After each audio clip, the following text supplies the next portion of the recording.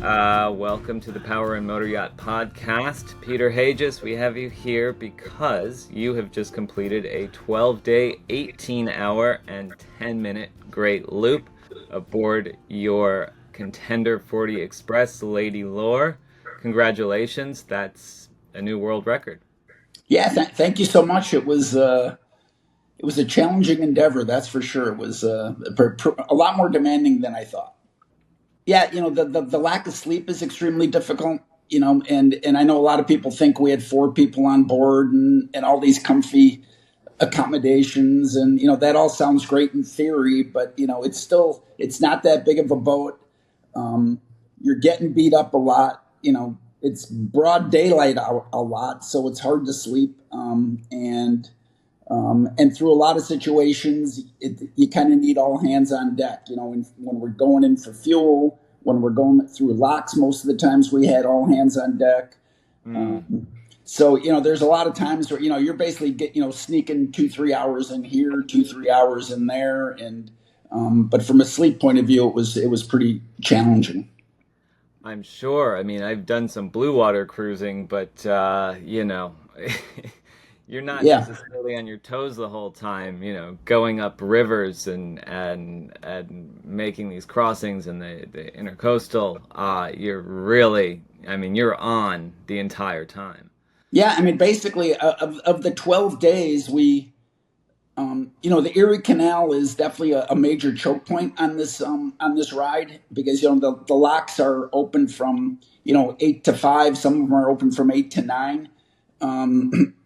So we spent 3 nights on the Erie, so you kind of get locked out. And same with the bridges. There's a lot of bridges that the bridge operators leave similar hours as the lock operators.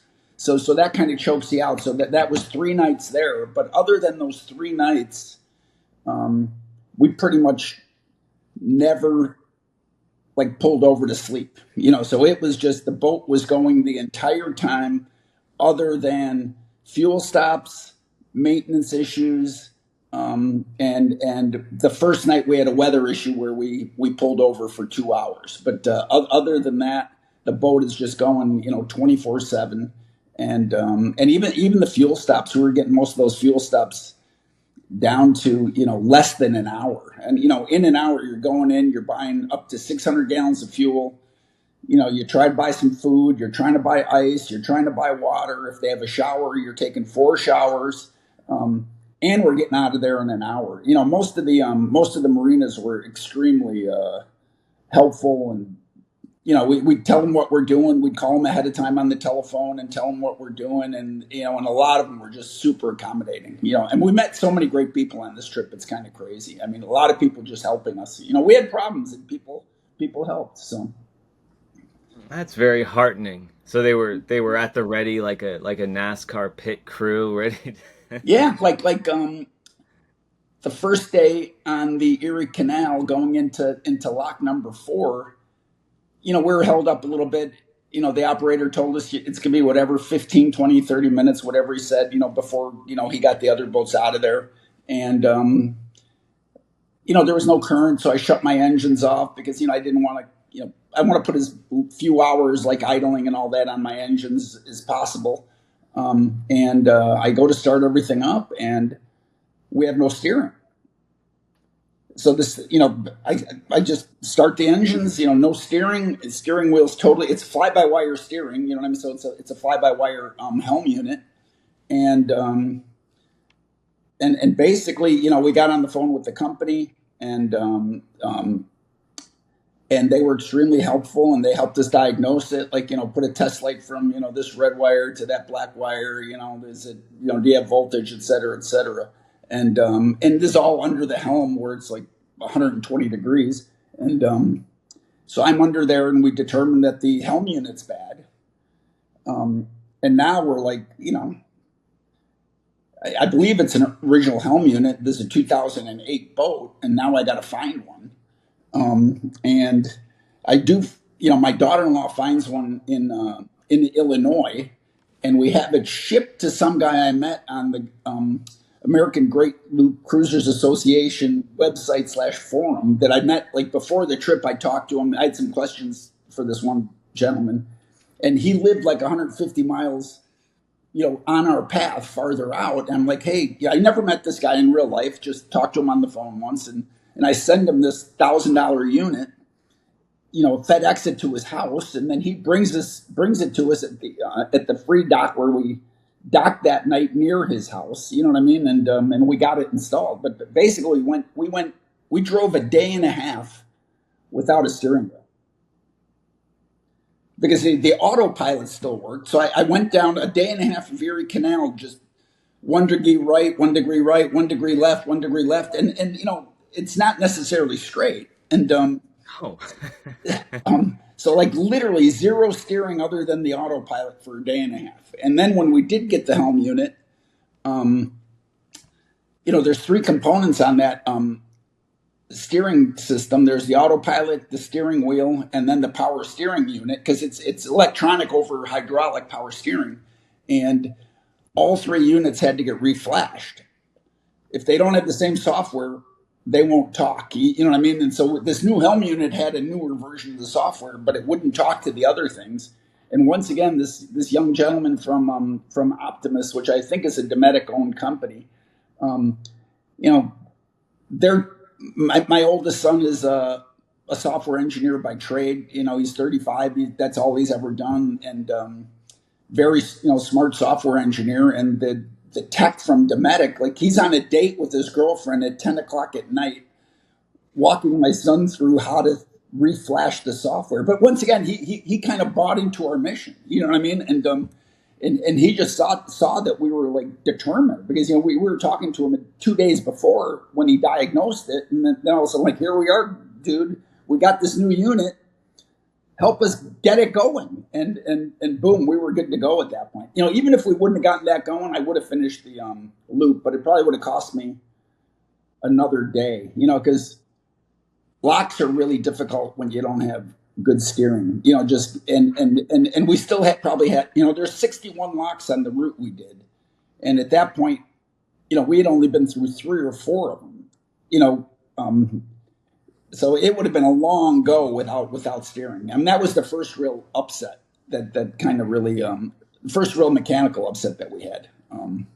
Unbelievable. Or big one that cost us time. You know what I mean? And it's beautiful how the community rallied around you. I love that. Yeah. This guy and his wife were great. They went out to dinner, and then they brought us the unit, and they hung out with us for a little while. We took some photos. They're on our website, ladylore.com, and just really nice people. So it was that type of thing, and like I said, we met people just all over the place when we were having problems. So it was and quite frankly, a lot of the locals helped us through a lot of they saved us some time. That like that first night when we were forced to get off the ocean, we got stuck in a thunderstorm, and then we were consuming too much fuel, so we weren't going to be able to reach our target. We and that was near the Outer Banks there, and we head for shore and just parked in a marina at like 4 a.m, but they're not going to open till 8. So we got like a couple hours of sleep, and some fisherman shows up at 6. He's taking a crew out fishing. And he's like, hey, there's going to be a gas station that opens, like 15 miles down the road. It's going to open before these guys. And I'm like, great, let's go. So like people like that just kind of saving us an hour here, an hour there, and just, but once again, they just kind of bought into the mission, you know what I mean? And they just I think they just saw the determination in our team. Wonderful.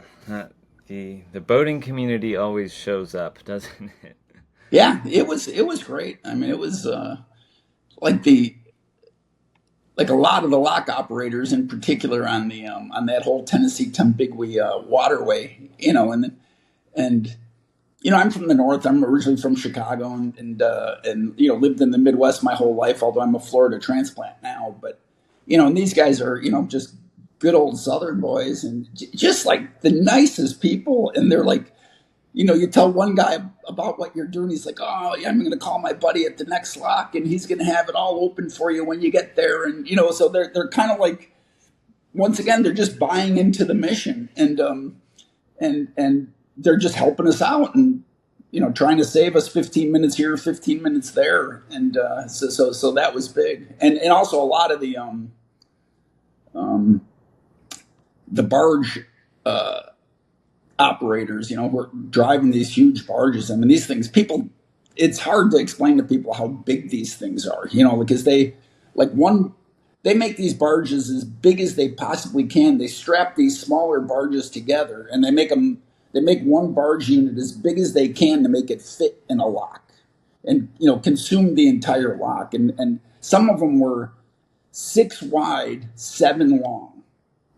So they take 42 barges, strap them together and push them with one tugboat. And so trying to pass those guys in the dark on narrow, twisty rivers, you need, and they have this whole my 2 sons got very good at the radio language. They kind of have their own little, like Breaker 19 type trucker language, but it's all like barge operator language, you know what I mean? And with all their little shortcuts and stuff like that. And those guys are super helpful. Like, hey, I would take it on my starboard side. I think you'll be safer. Like they're giving us advice on how they think we should pass them. You know what I mean? Or wait till I get out of this turn because, I'm going to they're so long and they sort of slide sideways sometimes in those turns where they consume the entire river. You know what I mean? And there isn't much left on the sides other than shallow water where you could get in trouble. So, those guys were super helpful. And we had some real long discussions, because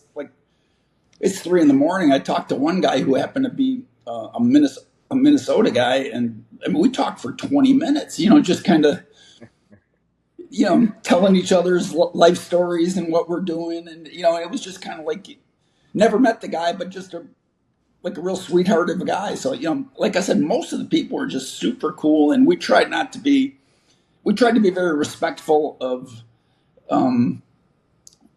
all these communities, like the lock operators and the bridge operators and the barge operators and the marinas. I mean, just trying to make friends with all these people and be good users. And I know a lot of people, some people approach the loop differently.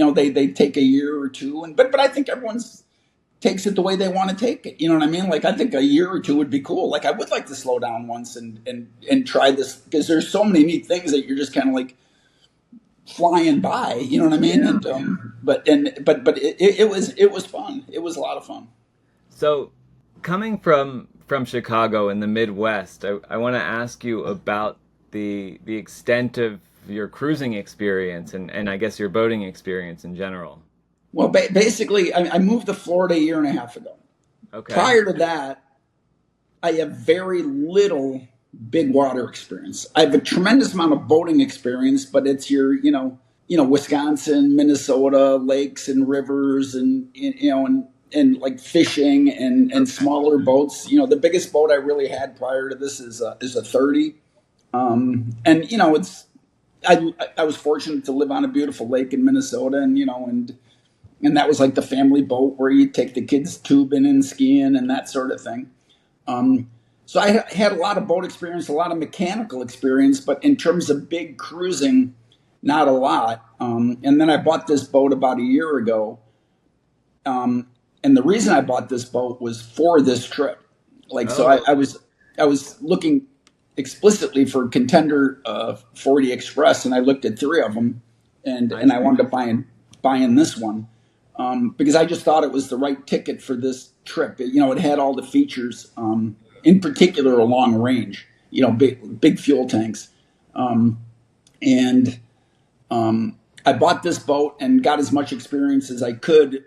Down here I live in the Keys, but still not a lot of like long distance cruising. You know what I mean? So I wanted to go to the Bahamas once. I didn't have, the weather was too bad, so I never did that. My son and I in April did my younger son and I, who was on the trip as well, we did, I call it like a mini loop. We left the Keys and went up to Fort Myers and went through the Okeechobee, popped out at Stewart and came back down the Atlantic. And that was like a little 500-mile test run. Test ride, you know what I mean? And we spent one night on the boat then. So it was like a little mini loop. Like it was 10% of the big loop, basically. So we learned a lot. Yeah. So what made you bought this boat for the loop? What set you out on completing a great loop?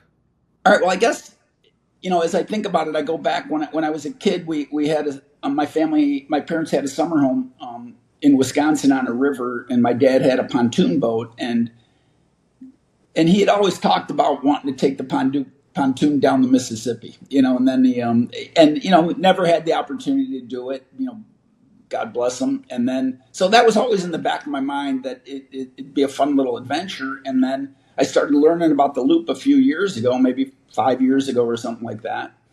And then on YouTube, I found this guy who I think was the record holder at this time, where he did this little series. His name is Tortuga Steve, and his name is Steve. And I want to say Herndon or something like that. And really nice guy. I've talked to him several times, and he did it in 28 days. But he slept every night, and he had like I want to say maybe like a 30-foot glacier bay. And he had different people joining him, like his father and some friends and things like that, for different legs of it. And it seemed like 28 days was the record then. And I started talking about it with my sons. I'm like, hey, it'd be kind of fun to, beat this guy's 28-day record. It seems pretty doable. And then, lo and behold, last year, shortly after around the time I bought my boat, Red Flowers out of DeLand, Florida, breaks the record and does it in 19 days and 18 hours. And I'm like, wow, now this thing's getting serious, because 28 is a long. I sort of had this vision when it was 28 days that we'll camp, we'll park every night and go get a nice dinner at some restaurant, and maybe buy a hotel room, and everyone could take a nice shower and things like that. And I'm like we're not going to do this and not get the record, or not try to get the record. And then it was 19 days, so he kind of raised the bar, and then but I still thought I could beat it, because Red was sleeping occasionally and getting hotel rooms and things like that, and he did it in, like, I want to say a 30-foot center console with 3 guys, and something in that 30-foot neighborhood, and a single engine. And then I'm talking to Steve Herndon, maybe about a month before my trip, about the trip, asking him for tips and things like that, and asking him specifics about different sections of the loop.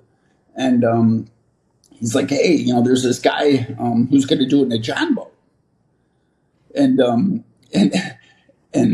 that was Robert Ewins. And I'm just like listening to this jonboat thing from Steve. I'm like, whatever, you know what I mean? I mean, like, okay, like, good luck, right? And then he's like, you should talk to him. And so I'm like, get his number, and Robert and I start talking, and Robert starts telling me about his credential, in a very modest way, his credentials and what he's done in the past. And he sends me some spreadsheets, and I'm like, this guy's serious, like he's done a lot of work, and he's very, very logistically organized, and an extremely capable seaman. And he did this thing a few years ago called the Northwest Passage, where he went from the Atlantic to the Pacific via the Arctic Ocean, dodging icebergs and fighting off polar bears. And I'm like, this guy's legit. And he's telling me how he thinks if it all worked out well for him, he could get down to like 14 days. And I'm like, now we got to start really thinking about this thing. So, and I didn't really get heavy into logistics until about a month before the trip, in terms of, plotting out everything. And so then, we just really went hardcore, and became very good friends with Robert before the trip. We were talking, I'd say almost every day, and sometimes multiple times a day. Wow.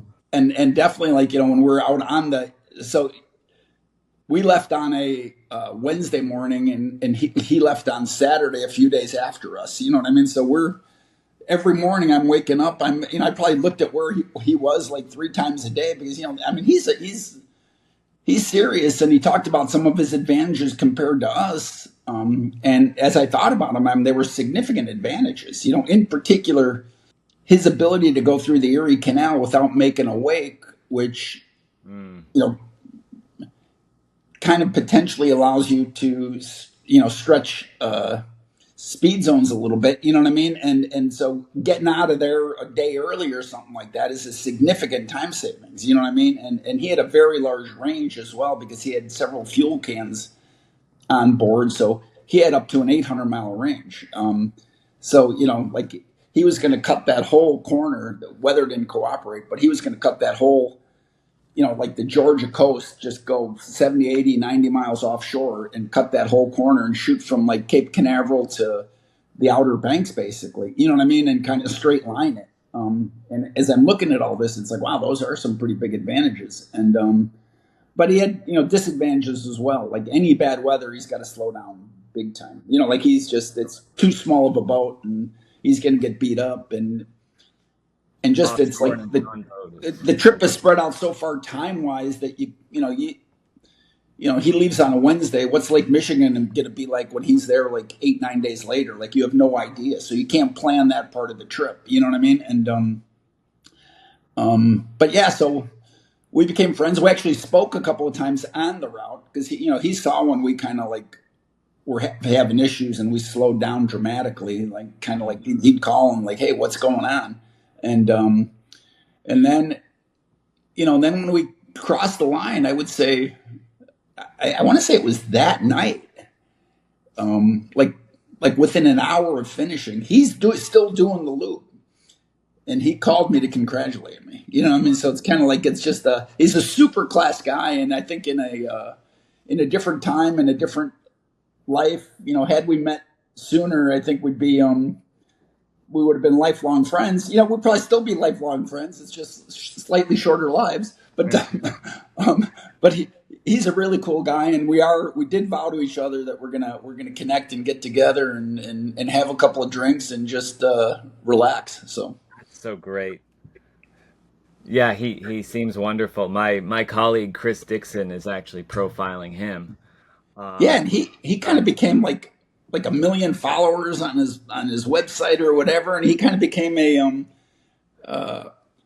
like a Forrest Gump, and like it was like it was like when he pulled into Mobile, I saw some of the video, or when he pulled into Pensacola, I saw some of the videos. It was like the winning NBA teams, having their parade through town or something like that. And he got to throw I think that night or the next night, he was invited to throw the first pitch out they have a minor league team in Pensacola, and he sat at the game with the mayor and all this kind of stuff. So he's really done a tremendous amount to put visibility on the loop. And I think that's really cool. I mean, that's really cool. And his accomplishment is, he beat Red's time by, in the neighborhood of a half a day or something like that. And I was watching him. I'm doing the math the whole time. It's like, I think he still has it. I think he still has it, if things go well. And I was texting him like, I think you got it. Like, keep pressing. And, even back when he was up near Chicago and stuff like that. And yeah, he just kept pushing, and he did it, and he beat the time. So, he's got the, that was his goal, was to set out and beat that 19 day, 18-hour time. And he did do it, which is, it's quite an accomplishment. And you look at I mean, it's a 16-foot aluminum tiller. I mean, come on. It's like, that's like, Yeah. It's a little crazy what he did. I mean, for a young man, it'd be crazy what he did. And he's 71 years old. You gotta wonder how his arm and wrist are feeling right about now. But yeah, I mean, he's going to be beat up for a good week or something like that. But but he's a tough guy. He's a tough guy. Yeah. Well, as are you. I want to know how did you choose your crew? Tell me about your crew. Well, basically, going into the trip, when I started talking about it a few years ago, it was about doing the trip with people I love. And I have 3 kids. 2 of them are boys. My daughter's really not that interested in these sorts of adventures, I don't think. And so when I started mentioning it to the boys, the one boy is Peter. My oldest son is 35. the younger son is 32, Eric. And when I started talking about it, they're like, "Yeah, this sounds cool. Let's go. Let's go do it." And then another uh, very very good friend of mine, Kevin Selchow. Um, he's a friend from Minnesota. He's a professional farmer. He's like a fourth generation, corn and bean farmer in the Midwest. And I'd done a lot of adventures with Kevin. I'm an off-road desert racer, and he was my co-pilot for the bulk of my years doing off-road desert racing. So we'd probably done 50 races together, and primarily in the Southwest and in Mexico and places like that. And so we just had a lot of that kind of like teamwork experience, because there's a lot of MacGyver skills that are required in off-road desert racing. And I knew in this endeavor, like, we were going to have issues, and you kind of have to have MacGyver skills. And he's just super handy, you know what I mean? So he could fix most stuff or figure out how to scotch tape and chewing gum something together if we need to. Um, and then my boys are also very, they're both math guys, so they're pretty computery, geeky, mathy, and a lot of the logistics and things like that they were doing. And even with, like, if it wouldn't have been for my sons, reflashing that helm unit would have been a lot harder for somebody like me. I mean, like a lot harder, because you could just hear him talking to the tech at Optimus, like they were speaking the same language, and just the communication process was super efficient. Like, like it would have, a 20-second concept would have been like 10 minutes for me. You know what I mean? Like in terms of making progress with this guy. And he probably would have lost I shouldn't say that, but he might have lost his patience with me, because like you're just talking to kind of a dummy, you know what I mean? And so there were a lot of mixed skills, but the big thing was to just really do this adventure. Like I said, with people I love, and it was my friend Kevin, and my two boys, and I think we really that was how we picked the crew. So I don't think it was necessarily an ideal crew for wanting to break the record, because none of us, and none of them have any big water experience at all. Like they're all Midwesterners, and once again, my boys grew up on a lake, and Kevin grew up in Minnesota, and he's got various boats and things like that, and he's had a bunch of boats his whole life. But it's like Midwest lake boats, like from pontoon boats to bass boats to walleye boats to whatever, but it's still not super big water, you know what I mean, and not a lot of navigation issues and things like that. And even you never, like in the Midwest, you don't even think that much about fuel, because like you're never that far from, you're on your little home lake. There's a gas station within 10 miles of where you're at. So like, do I fill up today or tomorrow? It's like no big deal. And Sure. Well, the diversity of experience between you guys seems like it paid off, and then I think it fed well into the division of labor there. Yeah, it worked out really good, because like like we had one. The main problem we had is that as soon as we got onto the Mississippi, it was me and my son Eric were up. At night we always tried to have two people like kind of at the helm. You know what I mean? Just it's especially on the rivers. And we just got off the Illinois on in the Mississippi, and we were on the Mississippi like 5 minutes, and I felt like we were like 5-6 hours behind. I wanted to be in St. Louis already, and we just gotten into the Mississippi, and we were going under this bridge that had a center post, so you could kind of go through the left or go through the right side, the right side, because they both had the red and green lights, and we kind of got a little too close and didn't notice on our GPS that there was a submerged concrete pier coming off that center support, and we hit that. Oh. And smoked the prop. And this is like 3 minutes on the Mississippi. Then literally like 5 minutes later, I'm going like 40 miles an hour, and I'm going around a barge.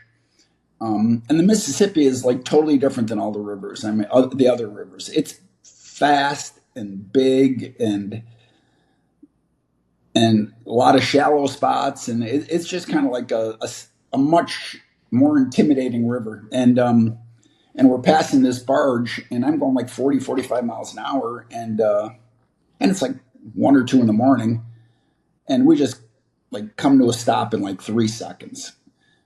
My GPS is showing 9 feet of water. I stick a pole in the water; it's like 1.5 feet deep.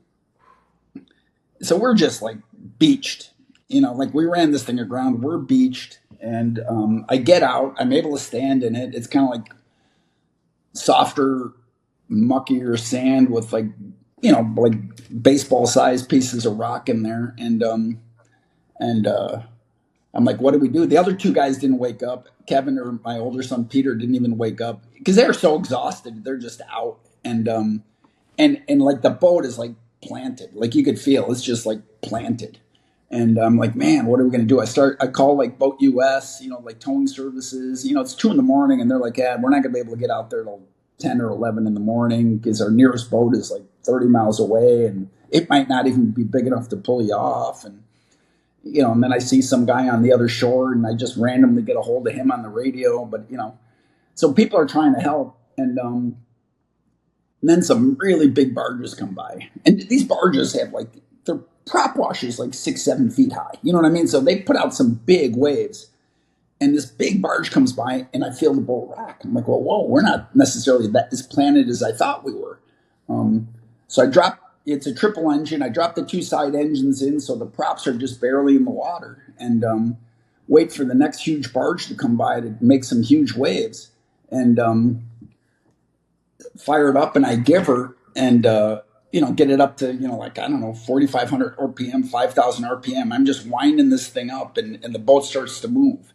But I probably went 200 feet at like 2 miles an hour. Like we're just dragging the bottom, and I am still dragging the bottom, and my GPS is showing 19 feet deep. So this is how hard it is to pass barges. Because like you pass a barge, your GPS is 19 feet. Like how bad can this be? Well, it can be pretty bad. You know what I mean? And this is like literally these 2 things happened within 5 minutes of getting on the Mississippi. And it's just like, so we wound up driving off, but then we had that prop vibration, which we changed the next day. And that's where like Kevin and my younger son Eric, like they changed that in 20 feet of water. So they life jackets on, jump in. Wow. There was no place to really put your feet down, so we did it in water over our heads, and we had to reuse the cotter key, which was a challenge. We didn't have any new ones and all that kind of stuff, and so they wound up getting that prop changed, but I could feel the vibration, so I bent the shaft. So on the center, I bent the center prop shaft is what I figured, or I did some damage to the somewhere in the lower unit, and it made it another 700 miles and just started making more and more noise. And about 60 miles north of Mobile, it finally let go and totally seized up. And then I lost my center engine effectively at that point. And we still had, 60 miles north of Mobile is still over 700 miles back to the Keys. So, like I got to limp back to the Keys on 2 engines now, 700 miles. I'm like, this is going to set us back a lot. And I had a lot of support. The gentleman I bought the boat from, who lives here in the Keys as well, has become a friend of mine. And I'm calling him numerous times because he knows the boat better than I do because he had it for many years. I'm like, well, am I going to be able to get this thing on plane? And he's like, oh, yeah. It just can't be too heavy and get all the weight up front. So we moved everything up front. And like literally, I'd be at the steering wheel, and the other 3 guys would be at the nose of the V berth, all in the bed, way up as far forward as possible. And then we'd be able to get it on plane if we didn't have a lot of fuel. If we had maybe 250 gallons of fuel on board, we could get it on plane, and then it would be going like 20 miles an hour. And then as we burned off more fuel, it would get up into the 30s. But that really kind of changed the plan quite a bit because 200 gallons of fuel, your range is, 150 miles or something like that. And as opposed to having 600 gallons of fuel. So now, so that last section probably from 60 miles north of Mobile to the Keys, probably by my estimations, cost us about 30 hours. And, which is a lot because, So we would have come in, possibly with a 10 something, 10 days and something time, but it is what it is. And it wasn't the boat. It was really, in racing, like we call that driver error. Like the Right. boat didn't fail. We screwed up, not the boat. And so we did, and then we made a couple of big gambles on how much fuel to take between, Mobile and here. And because we still didn't exactly know the performance characteristics of the boat. Right. And minus an engine. Now, how much Right. horsepower did you have left? Yeah. So yeah, it was from 1050 to 700, but it's like, Yeah. and there's things that I should have done a little differently. My spare props were the same pitch as the original props. I really should have brought steeper props, because that would have been. It would have also not only would it solved a damaged prop issue, it would have solved a damaged engine issue, because the boat would get on plane easier. You know what I mean? So like little things like that, I wasn't thinking about when I was buying spare parts that I would do differently now, and that would have. That alone, I think, would have changed our outcome quite a bit. Just having different spare props, and it was a Sunday in South Florida, or in the Panhandle. Good luck finding stuff. With that, we had a great fishing guide who we made friends with in the Port St. Joe Harbor, and his name is Chase, and I forget the name of his boat, but he was there with his wife and his kid, and he didn't have a job that day, and we hauled the boat out of the water, and this guide was elbows deep in grease helping us remove the lower unit, and he's on the phone thinking that he's got buddies that might have one, and he was just just another one of these people that was like a godsend, like he just kind of really helped us, and because he's the one who said because that boat sits a little low in the back, and even with that center engine trimmed all the way up, it still drags. Sure. So it hurts you in terms of performance. He's like, you got to get that off there, because it's going to really affect your planing ability and planing speed. And he was 100% right. You know what I mean? It's like even getting that off, it still stunk. You know what I mean? It was like because I was just like I had the wrong pitch on my props for running two engines. But yeah, we made it home. That was another big a big setback. That was really the big one. And Yeah. What was then the most harrowing part, would you say? I'd say the most harrowing part was the first night. So like literally we're not even into this thing for 24 hours, and it's a two week trip, and we pull out, we get fuel in Jacksonville, so we make it from my house to Jacksonville. We're pulling out of Jacksonville, and I'm looking at the internet, and the weather's possibly looking a little dicey, but I want to shoot straight over to Morehead City, straight over to the Outer Banks, and just cut it, and that'll take us like 70 miles offshore. You know what I mean? Like, and or something like that. So we're gonna be out there in the middle of nowhere, and then we wind up having starling problems that I didn't realize till we were already fairly far out. So the weather's starting to look a little dicier. It's getting dark. I'm like, I got to look at the internet. And at this point, we're probably 20 miles from land, if not farther, and just we're having issues with the internet, so we couldn't get the internet going. So now we're going blind, and then we hit this. We get into a pretty big storm, and I mean they're like 8-footers, and we're getting beat up pretty good. Two of the guys are, just super sick, like kind of like vomiting off the back and in the back, and kind of like, I mean, and the other, and me and my other son are almost like on the verge. You know what I mean? It's like we're just getting beat up really bad. So I'm like, this trip is trying to like make us check out day one. You know what I mean? It's like this could be a long trip. So, and it was kind of like a little bit intimidating, because it's like, okay, this is day one of like a 2-week trip. I mean, this is going to be brutal. And that's when we cut it in, because we weren't making any progress, and we're sticking the nose in into the waves, and we're just we're just getting beat up, and we're burning through fuel, so we're not going to make it to Morehead City.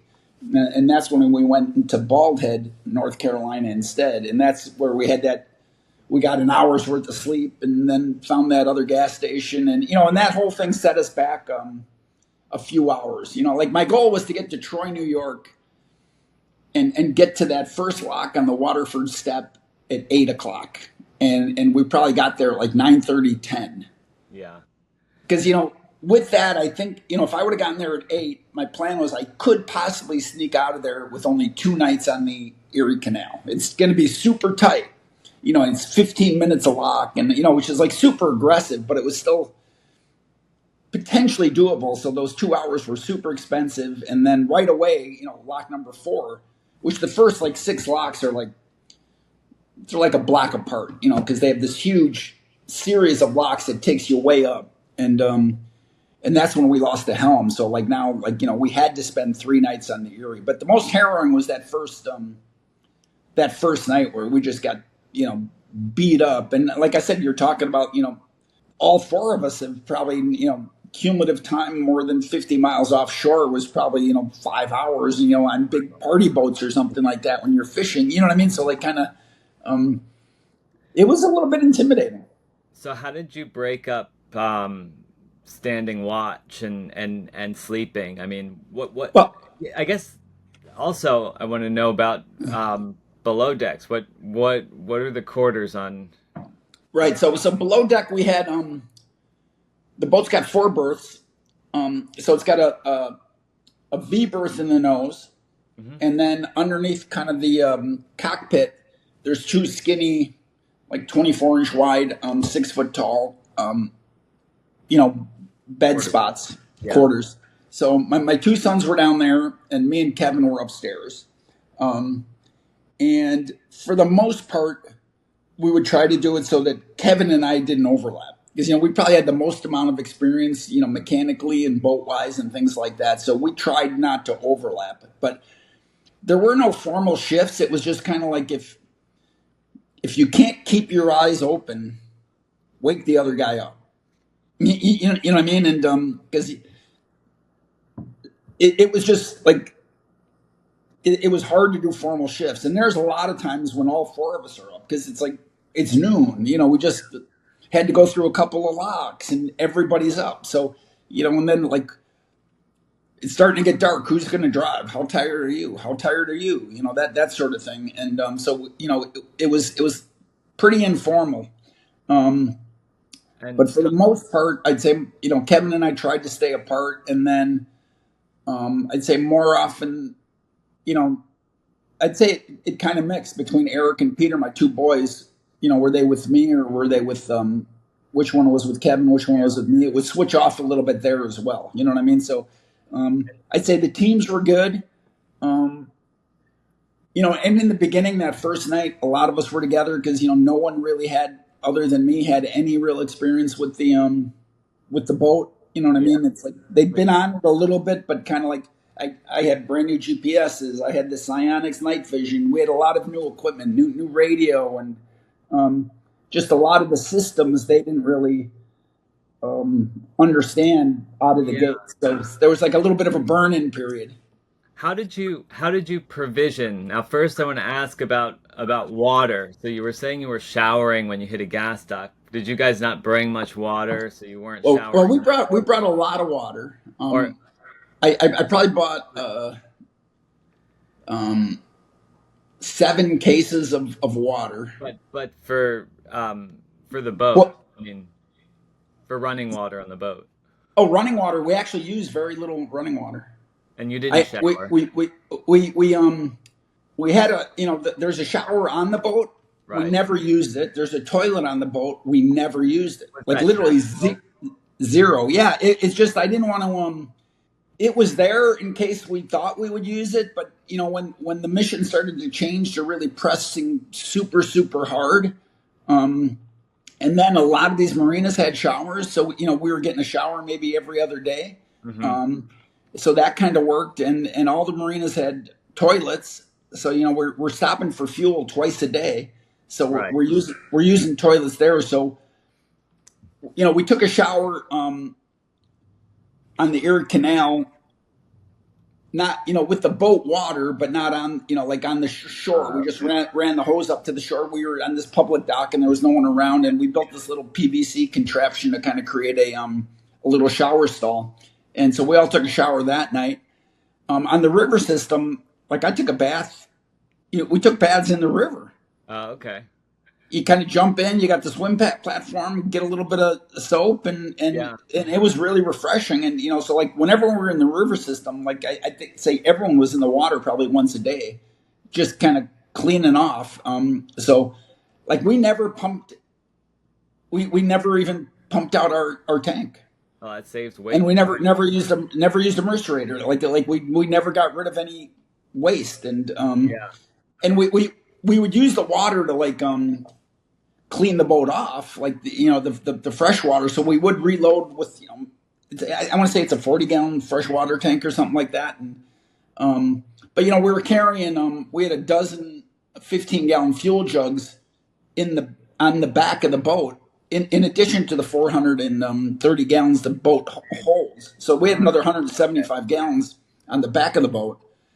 But when we would dump that fuel into the boat, we'd hose the boat off and things like that. Or, if like garbage and someone spilled something or, things like that, we'd hose the boat off. But other than that, we didn't use hardly any water on the boat. Food wise, food. I want to ask you how you did food. So this is kind of crazy. So I told my guys like a day or two before the trip, I'm like, you guys remember Cortez when they got to South America and his guys were itching to go back home and he's like, burn the boats. And I'm like, well, guess what? I'm burning the boats. We're only bringing 12 days of food. So we got to do this thing in 12 days or else we're not going to eat. And I've been a carnivore for about 6 years, which is basically zero carbs. And so the other three guys became carnivores about a month before the trip. And basically I had planned, people make these hard-boiled eggs that you could buy pre-peeled in the grocery store.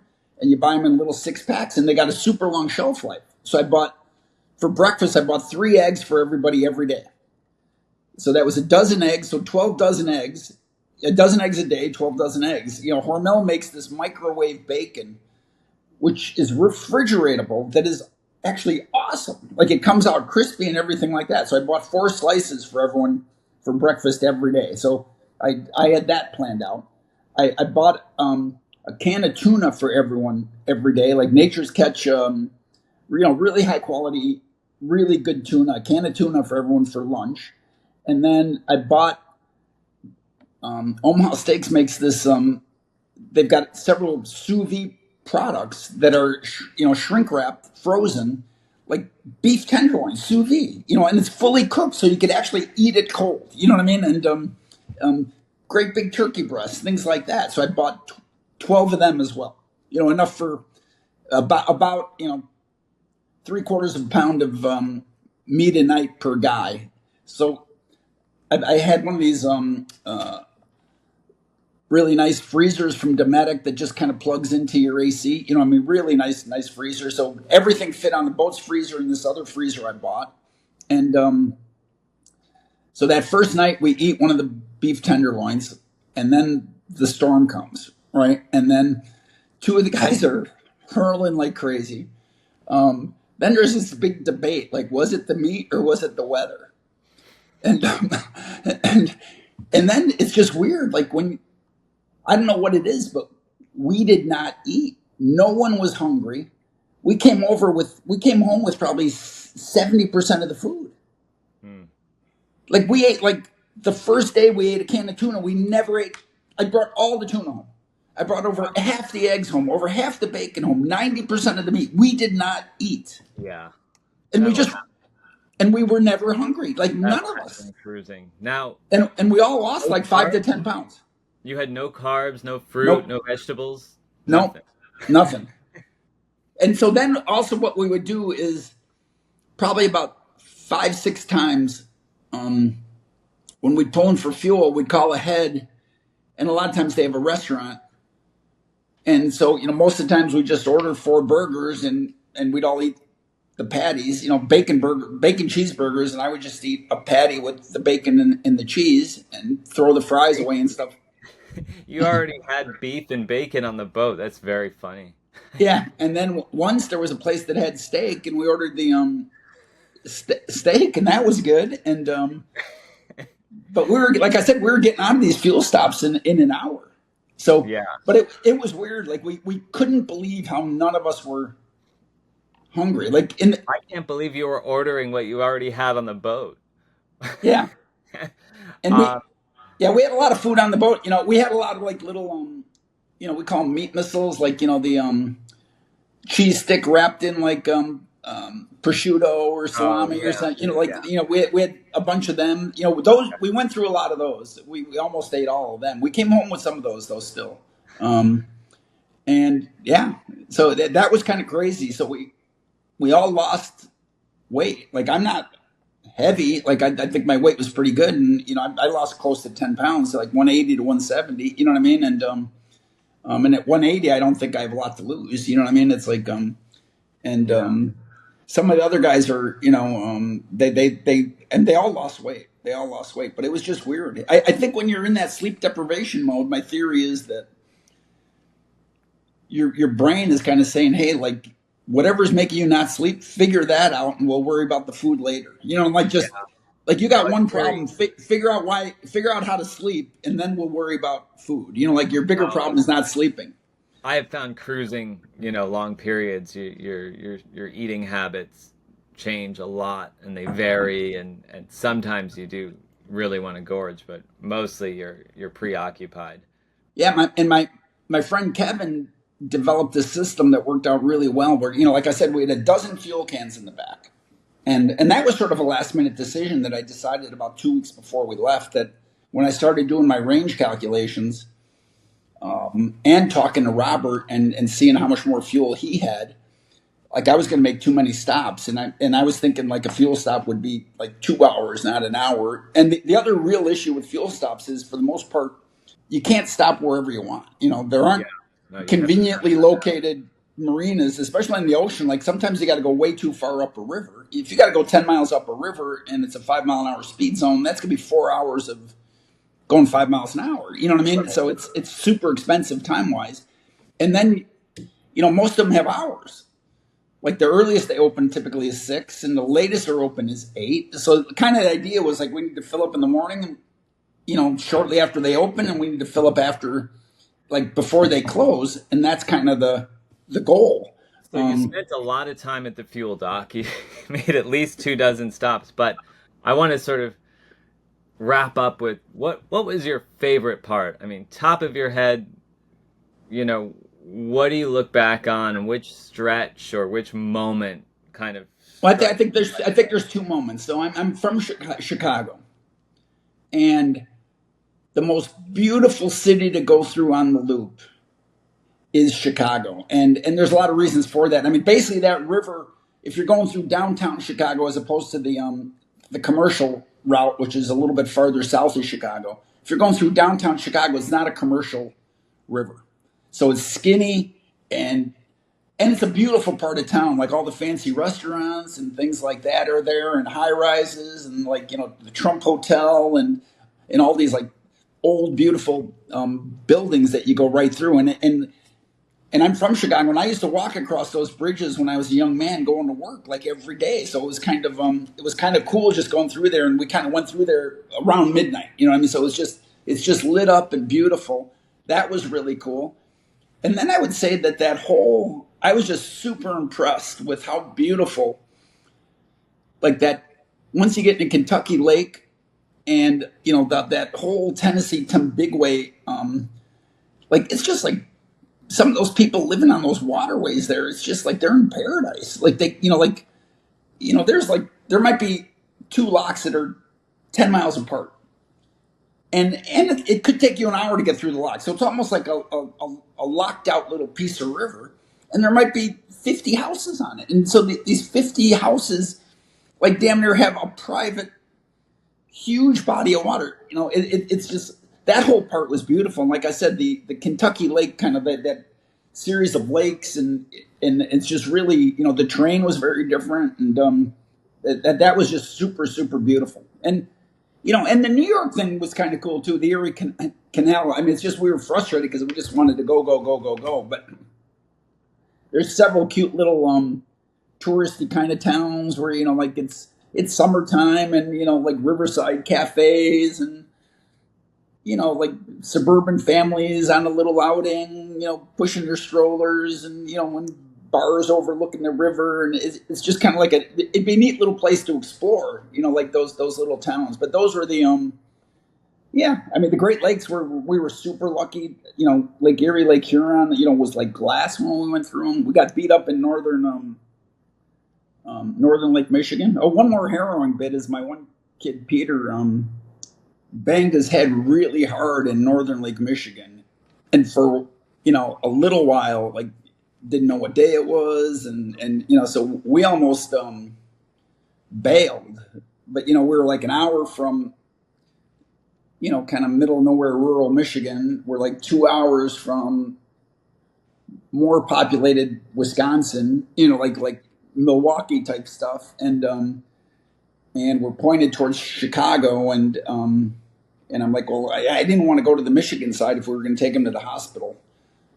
So we kind of decided, let's point it to Chicago and monitor him for a little bit, and all we got to do is turn a little bit, and we'll head towards one of those bigger Wisconsin towns, and get him in there. And but he started to recover fairly quickly. But it was that was very, as a father and his brother Eric, it was pretty scary, that part, and we because he had I hadn't seen that look in his eyes since he was 9 years old, but there was like a serious fear.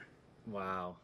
Because he was just so confused, like, where are we? Like, what's going on? Like, and you could just see this fear-based confusion in his face. I mean, he's a 35-year-old man. It's like, I mean, he was like, and I saw this little boy in his eyes, you know what I mean? And so yeah, that scared the hell out of me. But I'd seen a handful of concussions in my life, and he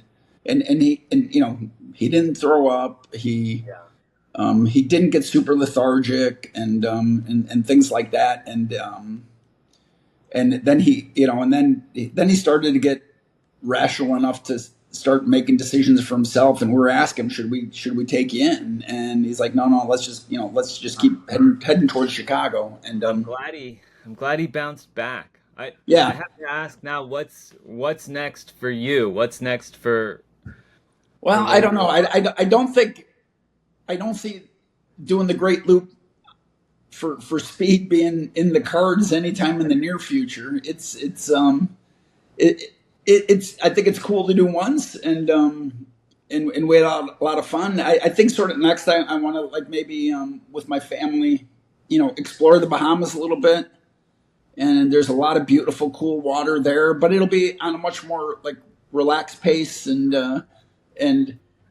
more, like, it's a good run over there if you go to Abaco or something like that. I mean, it's a full day to get there, but if the weather's good and this and that, even if it takes 2 days to get there, it's just going to be relaxed, and we're not going to beat ourselves up and all that type of stuff. So, well, thank you very much, Peter, for joining us.